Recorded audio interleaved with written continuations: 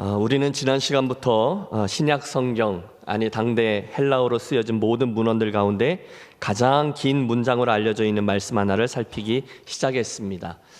에베소서 1장 3절부터 14절까지 이어져 있는 이 하나의 문장은 자그마치 202개나 되는 헬라어 단어들로 구성되어 있다 말씀드렸어요.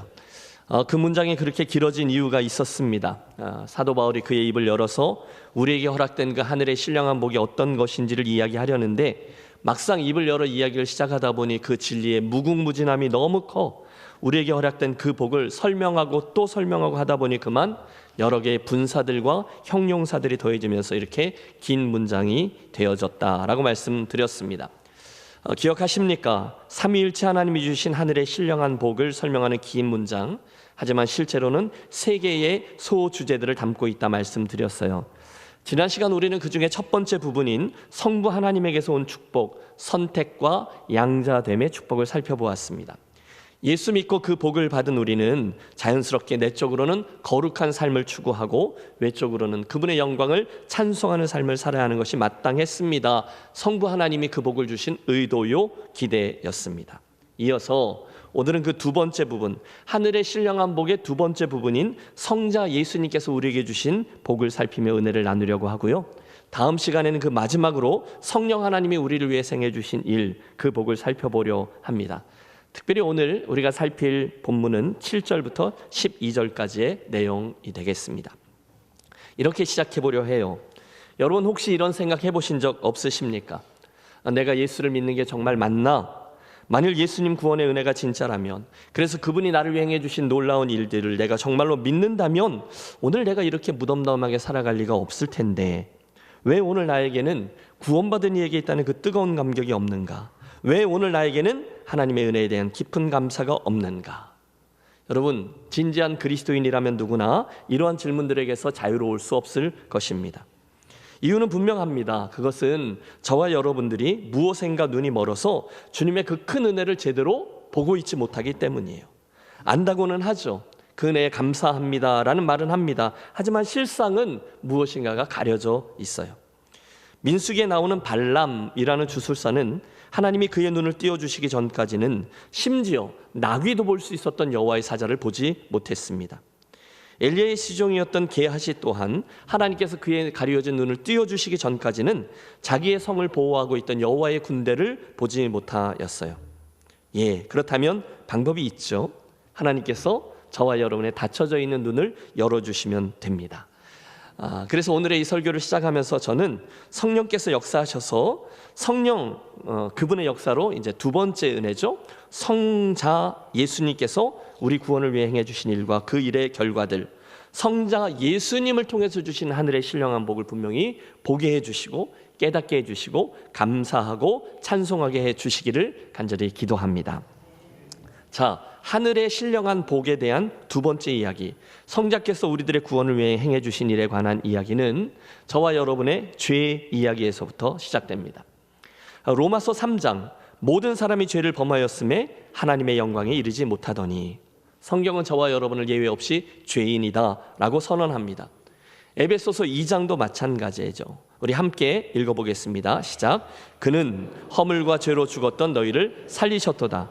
그때 너희는 그 가운데서 행하여 이 세상 풍조를 따르고 공중의 권세 잡은 자를 따랐으니 곧 지금 불순종의 아들들 가운데서 역사하는 영이라. 성경은 본래 우리를 사탄의 종 노릇하며 살던 존재들이다 규정했어요. 죄인입니다. 그 결과 우리는 사망이라는 죄의 삭슬을 받아야 했습니다. 에스겔 선지자의 말씀, 범죄하는 그 영혼은 죽으리라는 더할 것도 뺄 것도 없는 우리 모두의 운명이요 하나님의 진단이었어요. 더 심각한 건 그런 우리에게 그 죄 문제를 해결할 수 있는 능력이 전혀 없다는 겁니다. 시간이 지난다고 해서 우리들의 그 죄가 사라지느냐? 그렇지 않아요. 우리는 어떻게 해서든지 그 죄를 없앨 수 없어요. 울어도 못하네, 눈물 많이 흘려도 거부롭게 못하고, 죄를 씻지 못하니 울어도 못하네. 2절은요 힘써도 못하네요. 3절은요 참아도 못하네입니다. 그게 우리들을 옥죄고 있는 죄의 힘입니다. 더 나쁜 건 사단이 우리들의 그 죄를 꽉 붙잡고 우리를 송사한다는 거죠. 너 죄인이잖아. 너는 안 돼. 여러분, 죄의 문제에 관한 한 우리에겐 길이 없습니다. 돈으로도 안 되고 손발을 떼어내도 안 되고 착한 행실로도 안 됩니다. 결국 우리는 우리의 구원을 위해서 내가 할 수 있는 일이 전혀 없다는 사실로 인해서 절망하게 되죠. 키에르케고르의 말이 옳습니다. 나는 사망에 이르는 병을 앓고 있다. 예, 우리는 사도 바울과 함께 탄식할 수밖에 없어요. 오호라 나는 곤고한 사람이로다. 이 사망의 몸에서 누가 나를 건져내랴.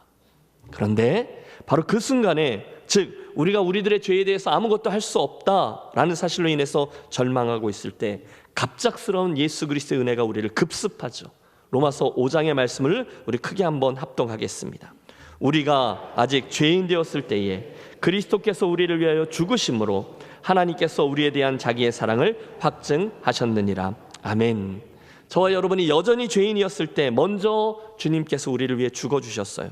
그래서 죄의 값인 사망을 내가 치러야 되는데 내가 치르지 아니하고 주님이 대신 치루어 주셔서 그로 인해 우리는 그 사망이라는 죄값을 내가 치르지 않고 사함 받았다는 거예요. 그것이 바로 오늘 우리들이 이야기하고 있는 구원의 은혜죠.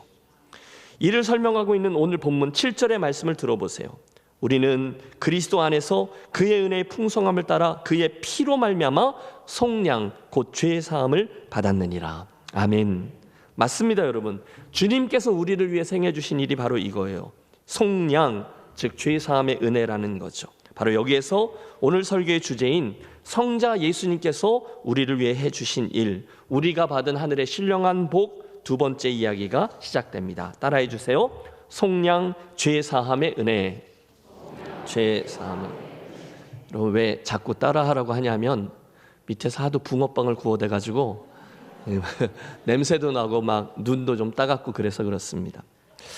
이 본문에 나오는 속량이라는 말은 헬라어로요 로트로라고 하는데 직역하면 노예를 사서 풀어준다 이런 뜻이에요. 속전을 지불하고 그를 구출해낸다 이런 뜻이라는 거예요. 지금까지 죄의 종노릇하고 있던 저와 여러분을 위해서 주님이 당신의 피로 그 죄값을 대신 치르고 우리를 구해 주셨다라는 의미입니다. 주님이 말씀하셨어요. 인자에 온 것은 섬김을 받으려 함이 아니요 도리어 섬기려 하고 자기 목숨을 많은 사람들의 대속물로 주려 함이니라. 대속물, 그것이 바로 예수님께서 십자가를 지신 정확한 이유라는 겁니다. 함께 기억하겠습니다.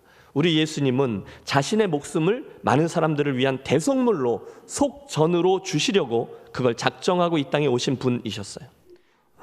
사실 우리에게는 정도의 차이는 있지만 그 부분에 대해서 다 두려움들이 있어요. 하지만 여러분, 큰 그림으로 보면 이건 전혀 두려워할 일이 아니에요.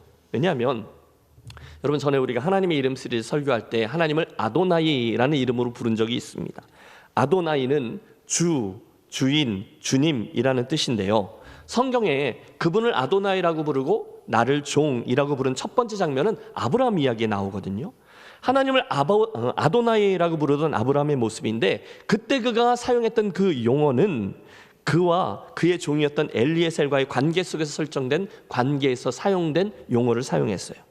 그 말인즉 그때의 그 주인과 종의 관계는요, 주인이 그 종의 모든 상황과 소유와 또 그 필요, 상황을 다 알고 헤아리고 있어요. 그래서 심지어 나중에는요, 그 종은 그의 가족이고요, 나중에 그 종은 그 집의 상속자까지 되어서 그 주인의 모든 소유와 권리까지도 다 이어받게 되어지는 그런 관계에서의 주, 그런 관계 속에서의 종이었다는 거예요. 그러니까 그때 주님, 아도나이라고 부른다면 이건 절대로 다 내놓으라고 하시면 어떻게 하지? 벌벌벌 떠는 의미에서의 주종관계가 아니라 그분의 모든 소유와 권리까지도 다 내 것이 되고 오늘도 완전히 그분의 보호와 은혜 안으로 내가 들어간다라는 의미에서의 주종관계라는 거예요.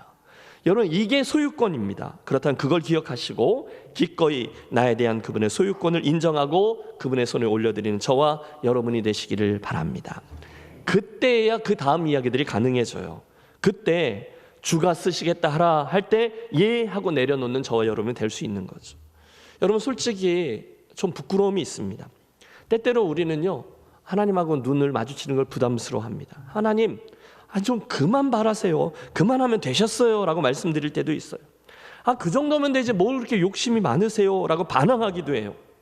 언젠가 외아들 하나 있는데 선교사 가겠다고 하니까 그 어머니 권사님이 주님, 제 눈에 흙이 들어가기 전까지는 절대로 안 됩니다 라고 기도했던 이야기가 생각나네요. 그러나 기억하십시오. 내가 누군지, 내 진정한 소유권이 어디에 속해 있는지를 말하는 거예요.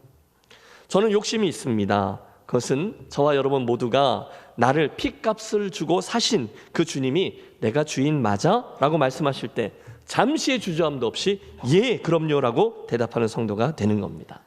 예 그럼요 라고 대답하는 그런 목사가 되는 거예요. 우리 교회도 내가 주인이다 말씀하실 때 전혀 토달지 않고 당연하죠, 주님 마음껏 우리를 사용하십시오 라고 고백하는 공동체가 되는 것입니다.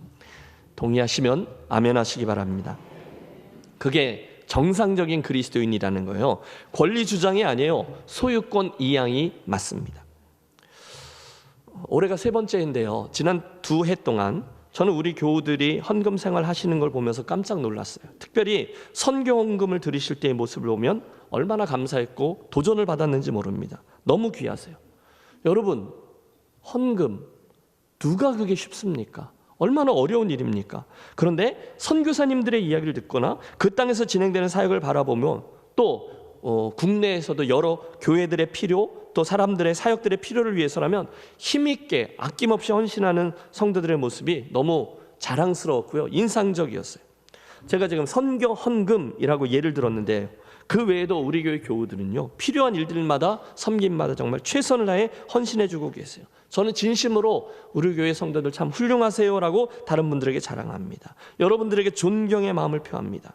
여러분, 그 모든 일들이 상식으로 되나요? 안 됩니다. 한번 해보지 뭐 그래서 됩니까? 아닙니다. 그걸 뛰어넘는 뭔가가 있어야 돼요. 그게 뭐죠? 믿음입니다. 누가 주인인지를 분명히 아는 믿음인 거죠. 사랑하는 여러분, 저와 여러분의 범사가 그런 모습이 되기를 바랍니다. 김해 땅에 김해제일교회가 있다, 그 정도가 아니라 그 김해 땅에 정말로 살아있는 교회, 정말로 순종하는 교회, 정말로 헌신하는 교회, 그래서 주님이 주목하시고 필요할 때면 언제나 다가오시고 사용하는 교회가 있다더라. 그 교회 이름은 김해제일교회더라. 다시 할게요. 그 교회의 이름은 김해제일교회더라. 축복합니다. 여러분, 우리 교회가 사람들에게 인정받는 것도 굉장히 중요하죠. 하지만 주님으로부터 김해제일교회에게는 이 일을 좀 맡겨야 되겠다, 그렇게 인정받는 교회가 되시기를 간절히 축복합니다. 이를 위해서 여러분 한 분 한 분을 축복합니다. 여러분의 인생이, 여러분의 가정이, 여러분의 사업이, 여러분의 교회가, 여러분의 자녀가 여러분의 생각보다 훨씬 더 큰 것들이 되어지시기를 축원합니다. 저는 우리 교회가 매년 세우는 예산이 있잖아요. 그 예산보다 훨씬 더 크게 주님을 섬기고 훨씬 더 크게 선교의 사명을 감당하는 교회가 되시기를 축원합니다.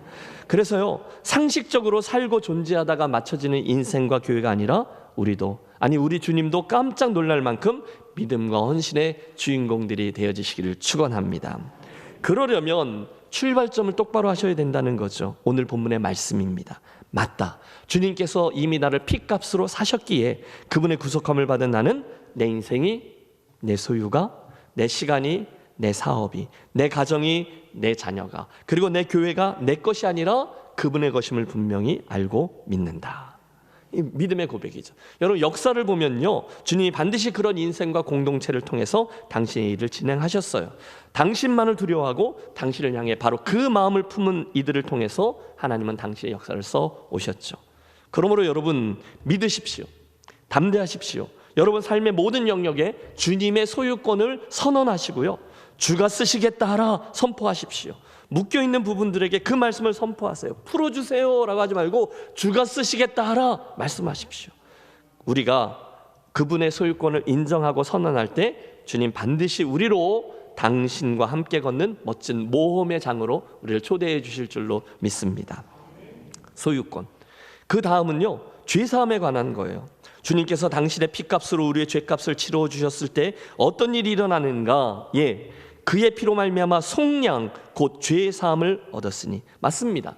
하늘의 신령한 복 중에 성자 하나님에게로부터 우리가 받은 축복이 바로 이 속량 죄 사함의 축복이에요.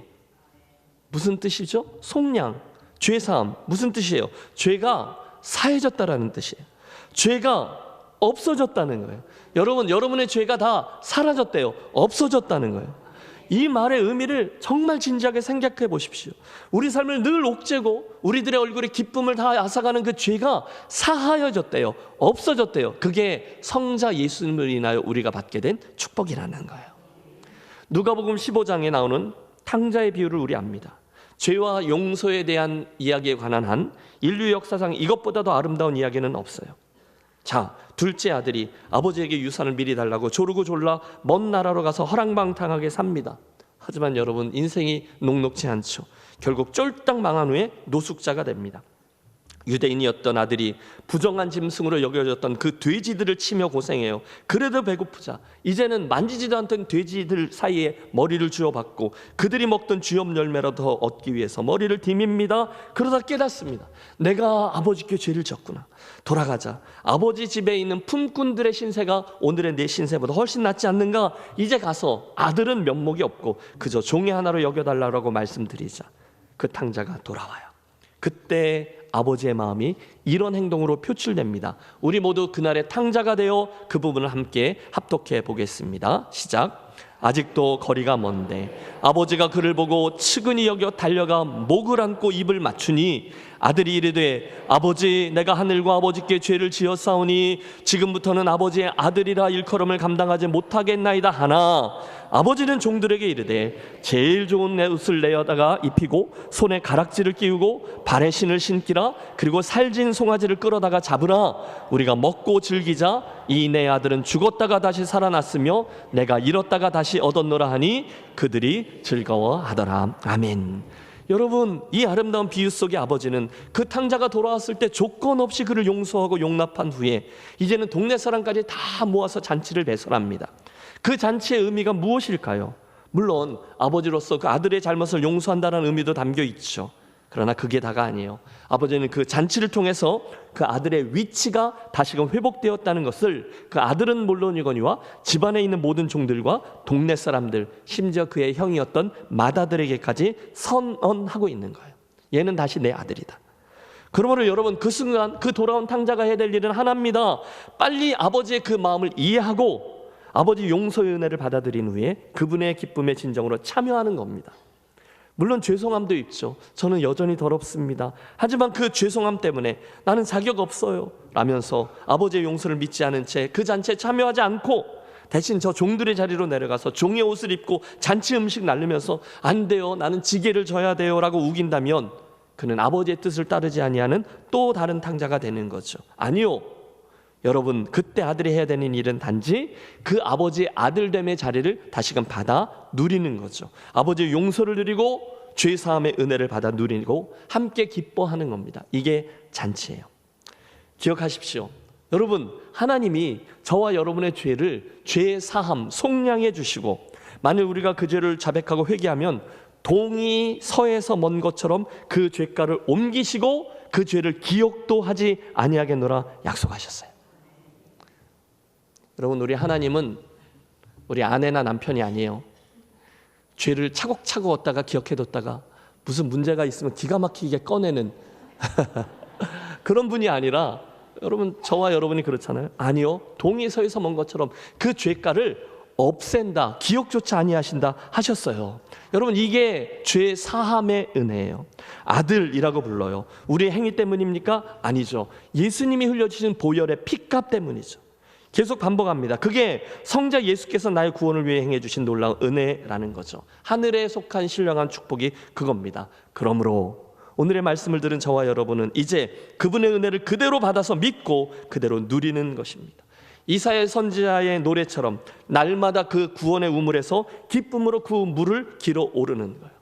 여러분, 매일 아침에 일어나시면 제일 아침에 일부러 그 기쁨의 우물, 구원의 우물을 퍼 올리시기를 바랍니다.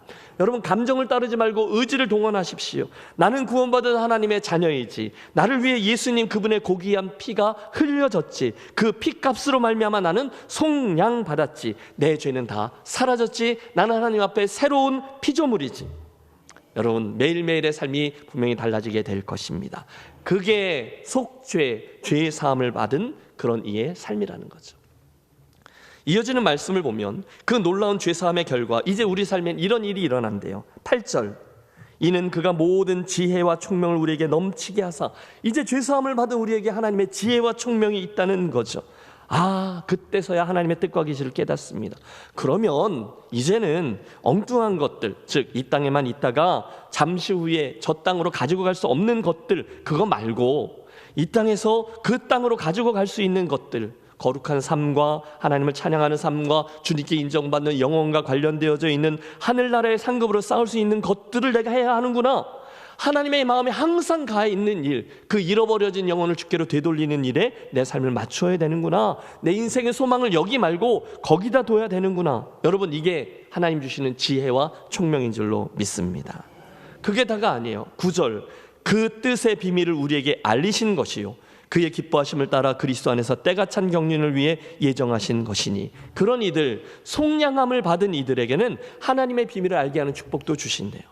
여러분, 지난 시간 우리는 영원하신 하나님의 시간 속에서 성부 하나님이 주신 은혜, 양자됨의 비밀을 들었어요. 오늘은 성자 하나님의 은혜, 속량, 핏값으로 나를 죄 용서해 주셨다는 비밀을 들었어요. 죄 사함 받은 이들에게 이런 식으로 하나님의 비밀들이 하나씩 둘씩 보이기 시작하는 거죠. 밭에 감추어진 보화의 이야기를 전에는 그냥 읽었는데 비밀을 알게 되는 거죠. 그래서 그 사람이 자기의 모든 걸 팔아 그 밭을 사냈구나. 혼인잔치의 비유도 알게 됩니다. 그 초대에는 다른 걸 다 제치고 반드시 참여해야 되겠구나. 그곳에 들어갈 때 거룩한 예복, 바른 성도의 행실이 문제가 되는구나. 여러분, 도저히 우리들의 이성과 논리와 경험으로 이해되지 아니하는 포도원 품꾼의 비유는 어떤가요? 새벽 6시에 들어간 사람 삭스과 9시에 들어가서 일한 사람, 12시에 들어가서 일한 사람, 나오기 1시간 전에 들어가 일한 사람의 품삯을 똑같이 준다는 거 이해되지 않잖아요. 그런데 죄사함의 은혜를 받은 사람은 그 불공평해 보이던 주인의 행위가 이게 사실은 나에게 주신 은혜의 행위였구나, 참 감사하다, 깨닫게 된다는 거예요. 세상 사람들은 듣기는 들어도 깨닫지 못하는 놀라운 비밀들을 하나하나 알게 되는 축복, 그것이 바로 주님 죄사함을 받은 이들에게 주시는 지혜와 총명이며 하나님 나라의 비밀을 밝히 보여주시는 일인 줄로 믿습니다. 10절도 있어요. 하늘에 있는 것이나 땅에 있는 것이 다 그리스도 안에서 통일되게 하려 하심이라. 구원받은 사람들이라면 이제 새로운 질서 아래서 살게 된다는 거죠. 오래전에 하나님의 질서는 타락으로 인해 망가졌어요. 그런데 예수님의 구원 역사로 인해서 새로운 나라가 펼쳐졌어요. 구원받은 성도는 이제 그분의 질서 안에 들어가 그 하나님 나라의 다스림 속에서 살아가는 거죠. 가정도요, 교회도요. 저는 우리 김혜재일교회 안에 자유로운 의견 개진과 생각들이 위아래와 좌우로 이렇게 오고 가야 한다라고 믿습니다. 그러나 동시에 이것만은 새 질서, 즉 성경적인 원리들만은 방법들은 바뀌어도 절대로 바뀌지 않아야 된다고 믿어요. 교회의 존재 목적이라든지 사역의 우선순위라든지 재정사역의 원칙이라든지 성경적인 질서가 우리 교회 모든 사역의 저변에 자리하게 하는 거죠. 그때 우리는 우리의 다름들에도 불구하고 그리스도 안에서 통일되는 역사가 우리의 인생과 교회에 나타나는 것을 보게 될 줄로 믿습니다. 내 생각대로 교회는 세워지지 않아요. 반드시 주님의 뜻과 그 생각에, 그 통일된 생각에 우리들을 맞추는 게 필요하죠. 그래서요, 마지막 12절을 우리 함께 크게 읽습니다. 이는 우리가 그리스도 안에서 전부터 바라던 그의 영광의 찬송이 되게 하려 하심이라. 아멘. 여러분, 지난 시간과 마찬가지로 오늘도 바울은 성자 예수님께서 우리에게 주셨던 은혜를 설명한 후에 다시금 찬송으로 본 이야기를 마무리하고 있어요. 성령께서 저와 여러분에게 역사하셔서 성자 예수님을 통해 우리에게 주신 하늘의 신령한 복, 핏값으로 우리를 속량하시고 죄 사함의 은혜를 주신 놀라운 진리 앞에, 여러분 그 그림 앞에 서 보십시오. 대답하세요. 만일 저 십자가에 달려 죽으신 예수님이란 이가 당신의 말대로 당신의 죄를 위하여 돌아가셨다면 당신은 이 세상 그 무엇보다도 그를 가장 사랑하시겠군요. 둘째, 그 십자가라는 작품 밑에 쓰여져 있던 질문도 던집니다. 나는 너를 위하여 목숨을 버렸건만 너는 나를 위해 무엇을 하였느냐?